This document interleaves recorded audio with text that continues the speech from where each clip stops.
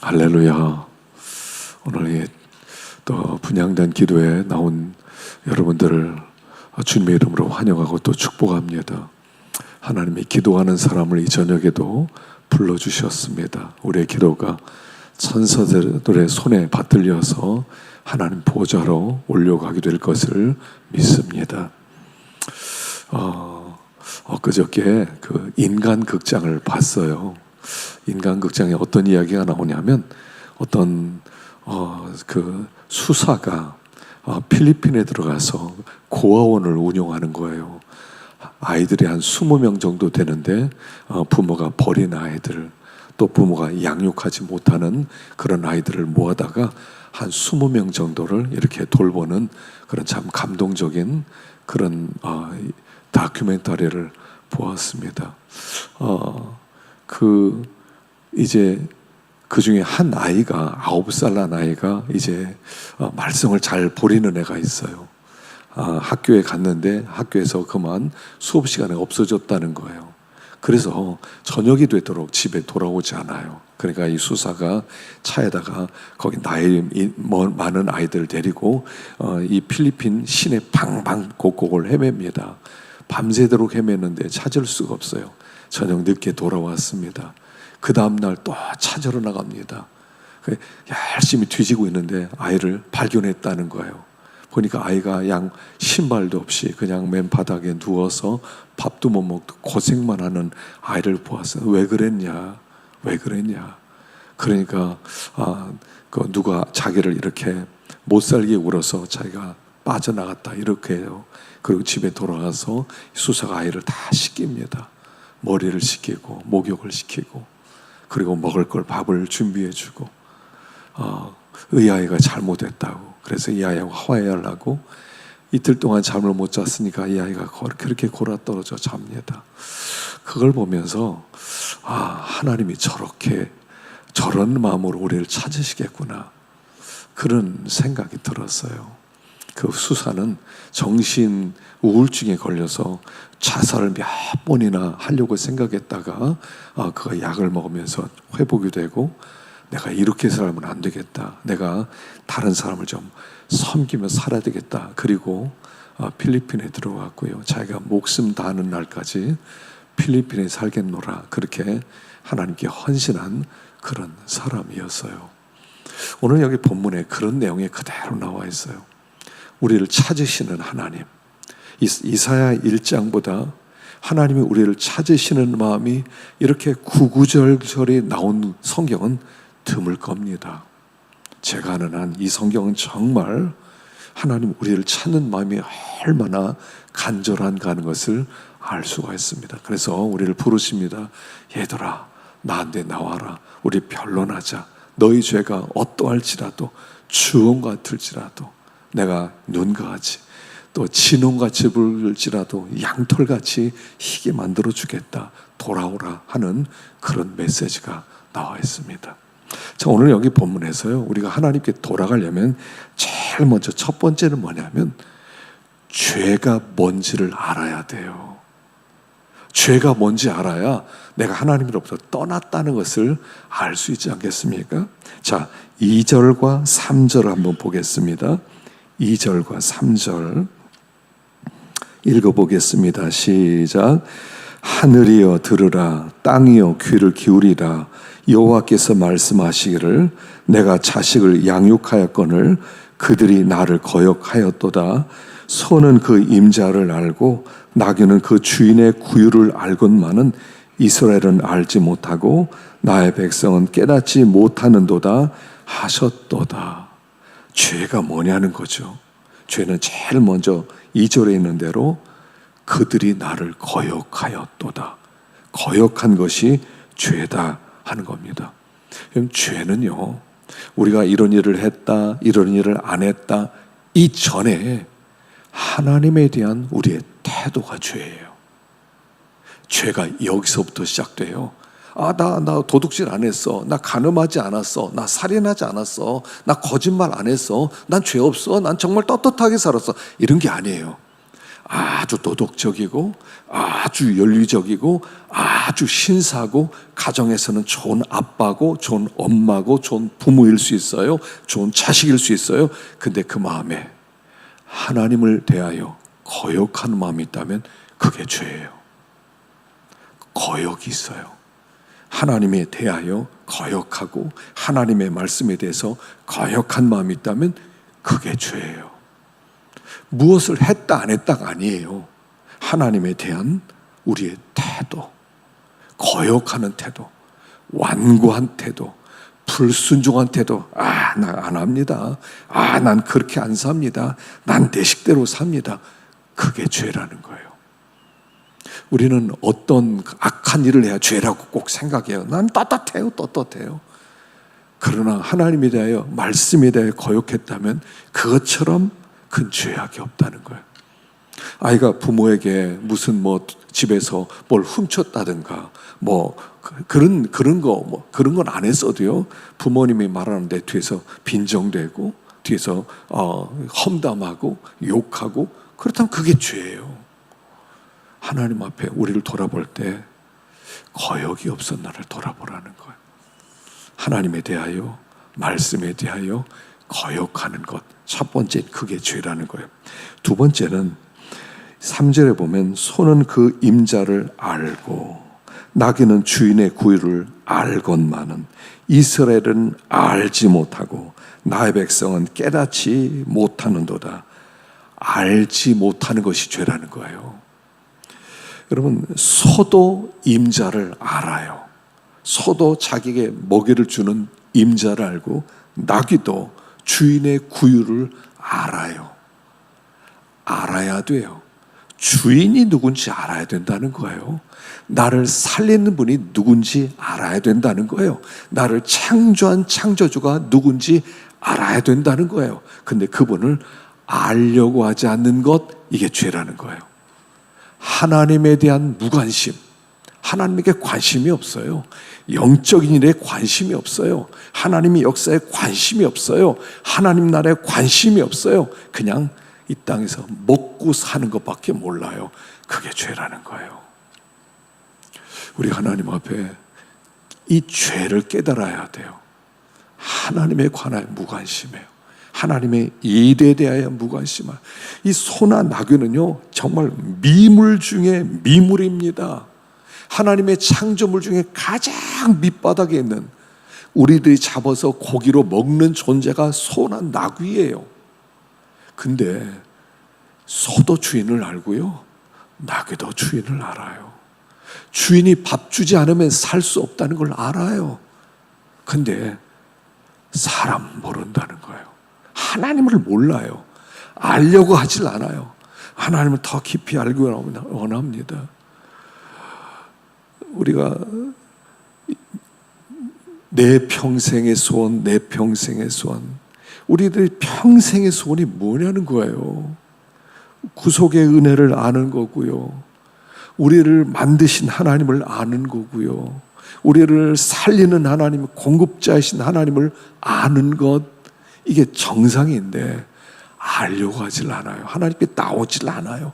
말씀을 들으려고 하지 않아요. 그냥 우리의 관심은 온통 세상이에요. 온통 세상이에요. 그리고 세상에서 즐기는 것, 쾌락, 이런 것밖에 없어요. 그런 것을 죄다, 이렇게 얘기하는 거예요. 그래서 먼저 우리가 돌이키려면 죄를 깨달아야 돼요. 난 참 하나님에 대하여 무지했구나. 하나님에 대하여 거역하며 살았구나. 난 참 죄인 중에 괴수구나. 내가 하나님께 돌아서야 되겠다. 이런 마음을 품어야 된다는 것을 가르쳐 주는 거예요. 그래서 죄를 깨달아야 됩니다. 죄는 하나님을 거역하는 것이고, 하나님에 대한 무관심, 하나님을 알려는 마음이 없는 것, 바로 그것이 죄악이다. 이렇게 말씀을 하는 것입니다. 두 번째는 성전 방마당 신앙을 청산하라는 거예요. 성전 방마당 신앙. 12절을 보면, 우리 12절 보겠습니다. 12절 시작. 너희가 내 앞에 보이로니 이것을 누가 너에게 요구하였느냐? 내 마당만 밟을 뿐이니라. 하나님 앞에 나왔으면 성전으로 들어가야 돼요. 제단 앞으로 나가야 돼요. 그리고 하나님 앞에 진정한 마음으로 경배해야 돼요. 그리고 하나님의 말씀을 들어야 돼요. 그런데 그게 없어요. 성전에 왔습니다. 성전 안으로 들어가지 않고 밖에만 왔다 갔다 휘휘 왔다 갔다 하고 사람 얼굴 보고 누가 왔는가 보고 그리고 나서 그냥 가는 거예요. 이 성전 방마당 생활을 청산하라는 것입니다. 껍데기 신앙생활이에요. 중심이 없어요. 여러분, 신앙이란 뭐냐면 마음의 중심을 가지고 나오는 거예요. 하나님 앞에. 하나님이 우리에게 돈 가져오라고 하지 않아요. 하나님은 우리에게 물질 많이 갖고 오고 재물 갖고 오고 그리고 피를 갖고 와서 나를 기쁘게 하라고 말하질 않아요. 너무나 많이 갖고 왔어요. 하나님이 원하는 것은 마음 중심이에요. 너희들 중심으로 나에게 나와라. 난 너희들의 중심을 받고 싶다. 우리가 하나님께 드릴 수 있는 최고의 선물이 뭐냐면 마음 중심이에요. 내 마음 중심을 하나님께 드리는 거예요. 그래서 너희가 마음을 다하고 힘을 다하고 뜻을 다하고 목숨을 다하여 마음 전부를 가져오라는 것이죠. 하나님이 우리에게 바라는 것은요, 마음이 있느냐는 거예요. 그 마음이 있으면 하나님이 그 마음을 받아주시는 거예요. 네가 정말 중심으로 나에게 오는구나. 껍데기가 아니에요. 여러분, 10처녀 비유해 보면 슬기로운 처녀 5, 미련한 처녀 5이 있었죠. 미련한 처녀는 등은 있었는데 기름이 없었고요, 슬기로운 처녀는 등이 있었고 기름이 있었단 말이에요. 한 사람은 기름이 없고 한 사람은 기름이 있었어요. 등은 둘 다 있었어요. 겉으로 보는 것, 드러나는 것은 있어요. 근데 그 빛을 밝힐 수 있는 그 중심은 미련한 처녀에게는 없었다는 거예요. 중심이 없었다는 거예요. 중심으로 빛을 밝혀야 되는데 중심이 없으니까 빛을 밝히지 못한다는 거예요. 계시록에 보면 너희들이 살았다 하는 이름은 가졌으나 죽은 자로다. 사대교회를 향해서 말씀하시죠. 난 살아있어요. 나는 이렇게 하고 이것도 하고 다 그렇게 얘기를 해요. 그런데 돌아서 보면 그 속을 들여다보면 정말로 살아있는 신앙생활, 활력 있는, 활동력 있는 그런 신앙생활이 아니에요. 성령의 기름 부심이 있는, 성령의 권능을 힘입어 사는 생활이 아니더라는 거예요. 전기 밥솥이 있으면 전기가 들어가야지. 거기다 밥을 집어넣으면 한 30분도 안 돼서 밥이 모락모락 김이 나와야죠. 냉장고에다가 물건을 집어넣고 아이스크림을 넣었으면 일주일 지나도 아이스크림이 단단하게 굳어 있어야지. 전기가 안 들어가면 다 녹아버려요. 껍데기 있어요. 냉장고가 있어요. 근데 전기가 없어요. 밥솥이 있어요. 전기가 없어요. 아무 소용없다는 거예요. 그게 등이 기름이 없는 미련한 처녀라는 거예요. 중심이 없는 성정 방마당 밟는 신앙생활이었다 하는 얘기예요. 하나님이 우리에게 원하는 것은 중심을 가져오라는 거예요. 중심. 나는 너의 중심을 보고 싶다. 껍데기가 아니라 중심을 보고 싶다. 얼굴 보이러 오는 게 아니다. 너의 마음 전부를 좀 가져와라. 전부를 가져와서 그리고 나에게 너의 얼굴을 보여라, 이거예요. 하나님이 우리에게 원하는 것은요, 마음 중심이에요. 중심. 근데 껍데기로 마음 중심이 없어요. 찬송을 드리면 마음 중심으로 기쁨으로 하나님께 드려야 되는데요, 제가 아침에 찬송을 부르는데 제가 이제 이렇게 힘이 없을 때는요 찬송을 불러요.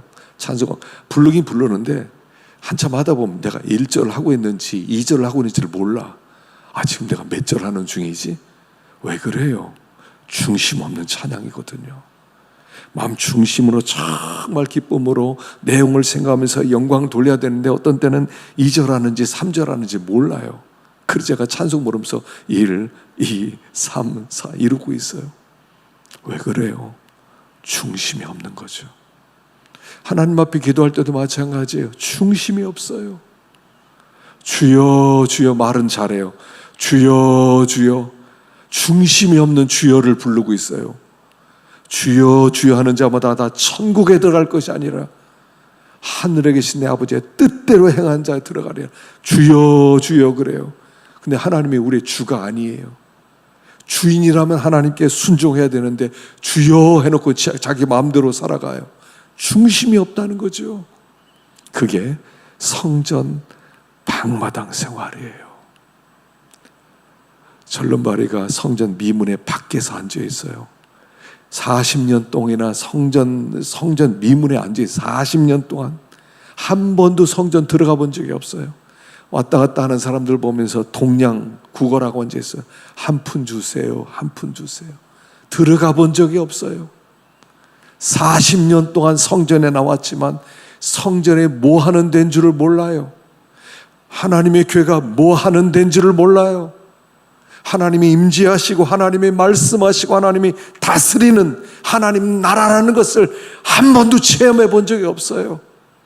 하나님이 임재하셔서 하나님이 다스리시고 하나님이 말씀하시고 하나님이 축복하시고 한 번도 체험해 본 적이 없어요. 그냥 나왔어요.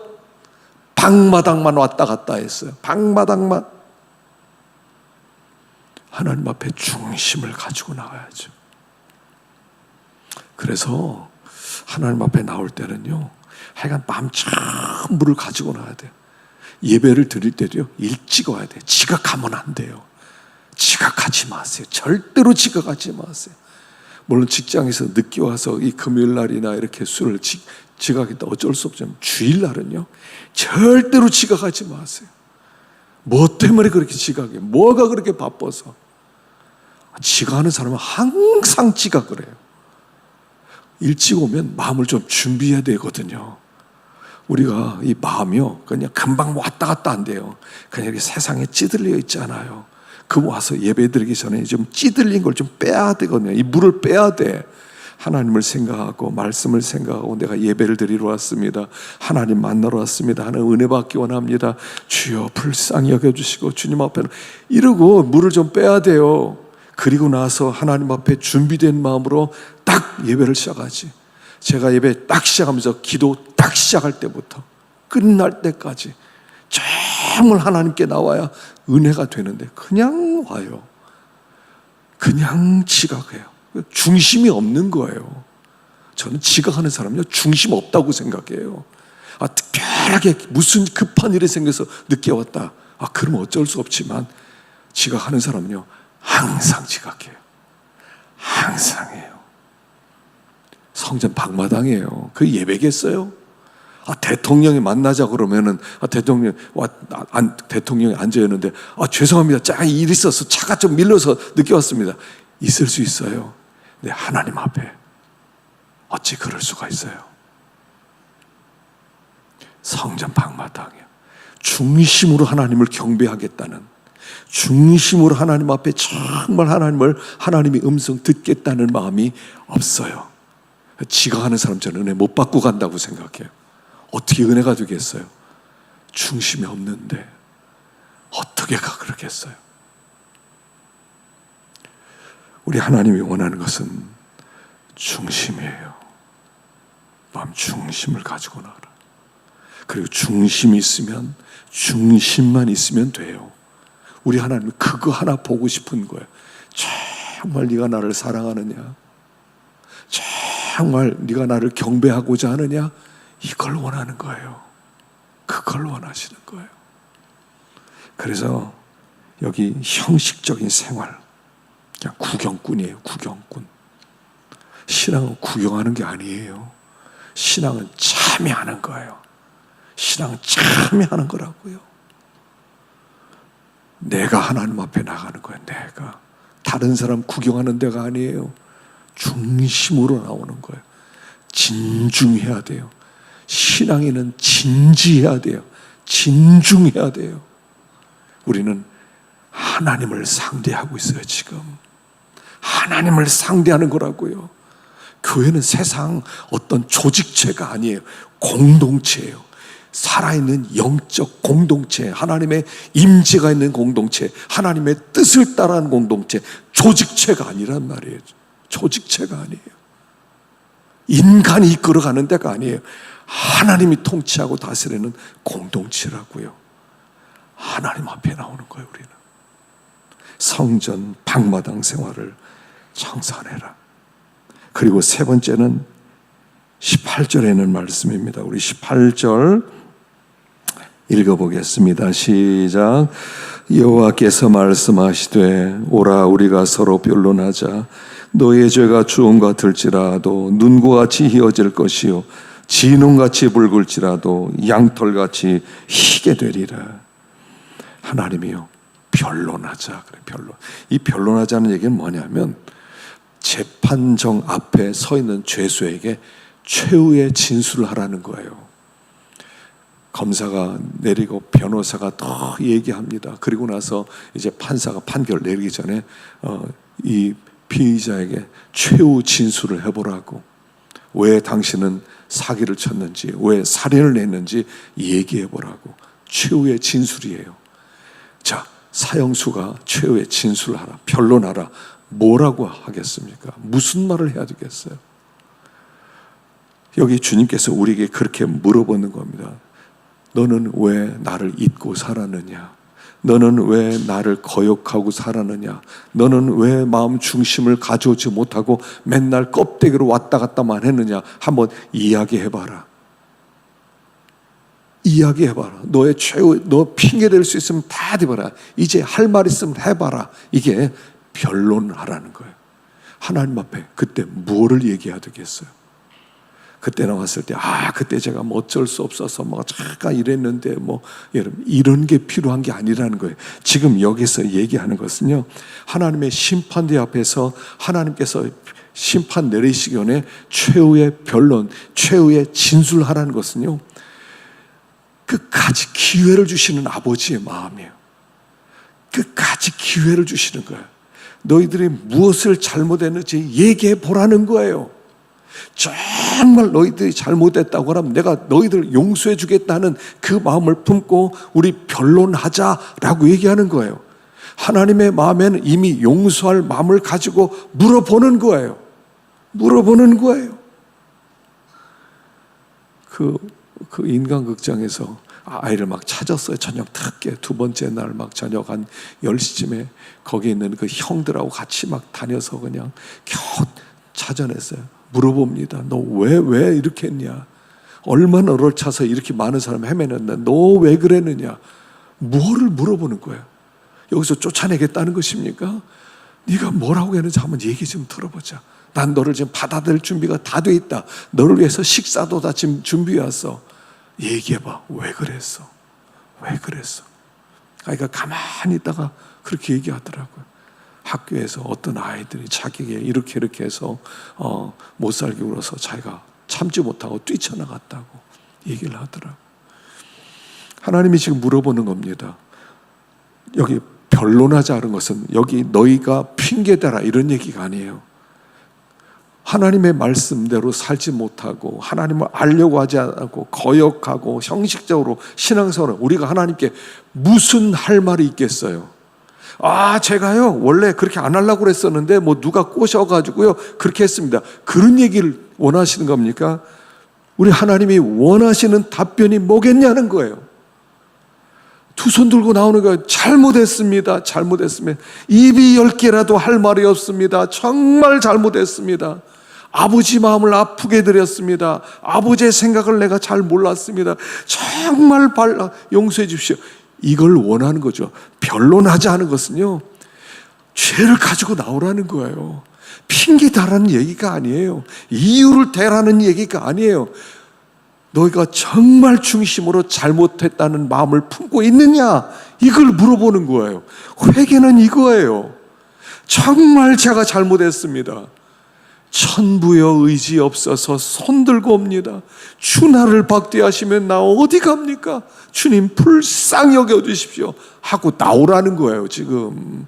그러면 네 죄가 얼마나 크든지 얼마나 새까맣든지 관계없이 깨끗하게 만들어주마. 이게 주님이 우리에게 하신 말씀이에요. 죄를 가지고 나와라. 무슨 죄든 난 다 용서할 수 있다는 거예요. 무슨 죄든지 얼마나 많은 죄든지 머리털보다 많은 죄도 괜찮다는 거예요. 탕자가 아버지를 떠나서 몇 날 며칠 동안 몇 년 동안 얼마나 못되게 살았어요. 그 돌아와서 잘못했습니다. 그러면 다 받아주는 거예요. 아버지 마음은요, 준비됐어요. 이미 받아들일 준비가 돼 있어요. 용서할 준비도 되어 있어요. 주님 잘못했습니다. 그럼 주님이 알았다, 됐다, 그만, 더 이상 묻지 않는다. 자, 옷을 목욕을 시켜라, 옷을 입혀라, 가락질 껴라, 신을 신겨라, 소를 잡아라, 잔치하자. 지금 이게 다 준비가 돼 있다고요. 한마디만 하면 돼요. 정말 잘못했습니다. 내가 진짜 죄인입니다. 나는 자격이 없습니다. 나는 아버지의 아들이다. 일컬음을 받기에 합당하지 못합니다. 품꾼의 하나로 보소서. 아버지가 원하는 거 이거예요. 단 자격이 없어요. 회개는요, 다른 거 아닙니다. 뭐 자존심을 내세우고 뭐 이유를 내세우고 뭐 내가 그래도 이거 잘하지 않았습니까? 이런 거 없어요. 그냥 잘못했습니다. 사무엘을 통해서 사울이 뭐 이렇게 소와 양을 많이 잡아오지 않아요, 아말렉 사람들에게서. 근데 너 왜 이렇게 했느냐 사무엘이 물어보니까 계속 핑계를 대요. 원래 다 죽이려고 그랬었는데 사람들이 가져가자고 그랬고, 또 한쪽에서는 하나님이 이거를 제사 드리면 얼마나 하나님이 기뻐하실까 이런 말도 있고, 그래서 제가 할 수 없이 잡아왔습니다. 지금 그게 문제예요. 그거 아니에요. 그 핑계대라는 얘기 아니에요. 잘못했습니다. 내가 불순종했습니다. 내가 미련했습니다. 내가 죄인입니다. 이러면 되는 거예요. 그러면 사울은 용서되는 거예요. 회복이 되는 거예요. 근데 끝까지 핑계를 대요. 핑계를 대. 사람이 끝까지 거역을 하더라고요. 끝까지 핑계를 대요. 끝까지. 어쩔 수 없었습니다. 제사 한번 드립시다. 사무엘에 가려고 하니까 막 옷을 붙들어요. 당신이 여기서 제사 안 지르면 내 체면이 뭐가 됩니까? 가더라도 체면 좀 살려주고 가십시오. 가려고 하는데 옷이 찢어질 정도 붙잡아요. 그 사무엘이 제사를 드려요. 하나님 그 제사 받으셨겠어요? 하나님 그 제사 받으세요. 변론하자는 것은요, 할 말 없습니다. 여러분, 죄인은요 할 말이 없는 거예요. 죄인입니다. 이거 외에 뭐 있겠어요? 내 죄인인데 할 말 없습니다. 이러면 되는 거예요. 그럼 하나님은 받아주는 거예요. 근데 자꾸 핑계를 대요. 그게 아니고 이게 이렇고 저게 저렇고. 그냥요, 죄인입니다. 그러면 돼요. 근데 이게 참 어려워요. 자존심이 있거든요. 내 체면이 뭐가 되는데, 체면이 뭐가 되는데, 하나님 앞에서는요 체면 차리는 거 아니에요. 하나님 앞에서 손드는 거, 하나님 죄인입니다. 맞습니다. 유구무원입니다. 입이 써도 할 말이 없습니다. 처분만 기다립니다. 그러는 거예요. 그러면 불쌍히 여겨서 정상을 참작한다 이렇게 되는 거지. 변론하자 하는 것은 핑계다라는 얘기 아니에요. 말 많이 하자는 얘기가 아니에요. 진짜 잘못했습니다. 그건 뉘우치고 있느냐 하는 거예요.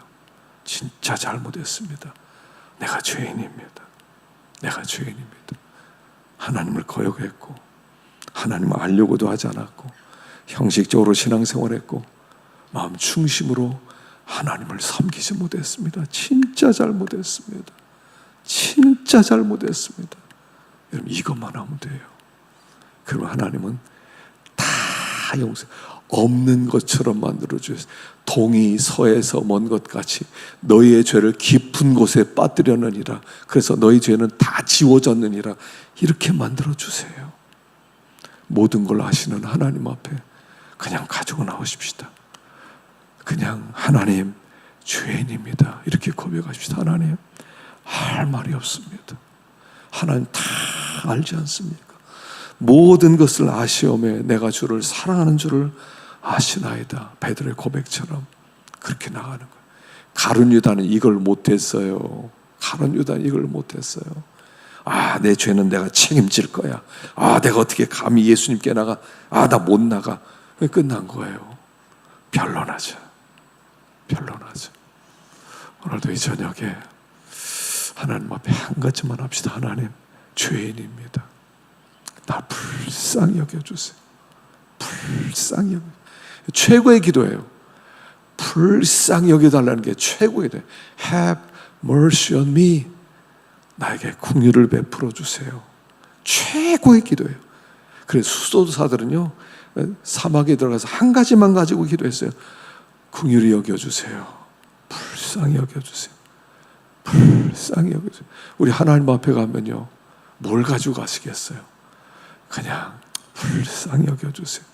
하나님의 은혜를 의지하여 엎드립니다. 이것만 가지고 가는 거죠.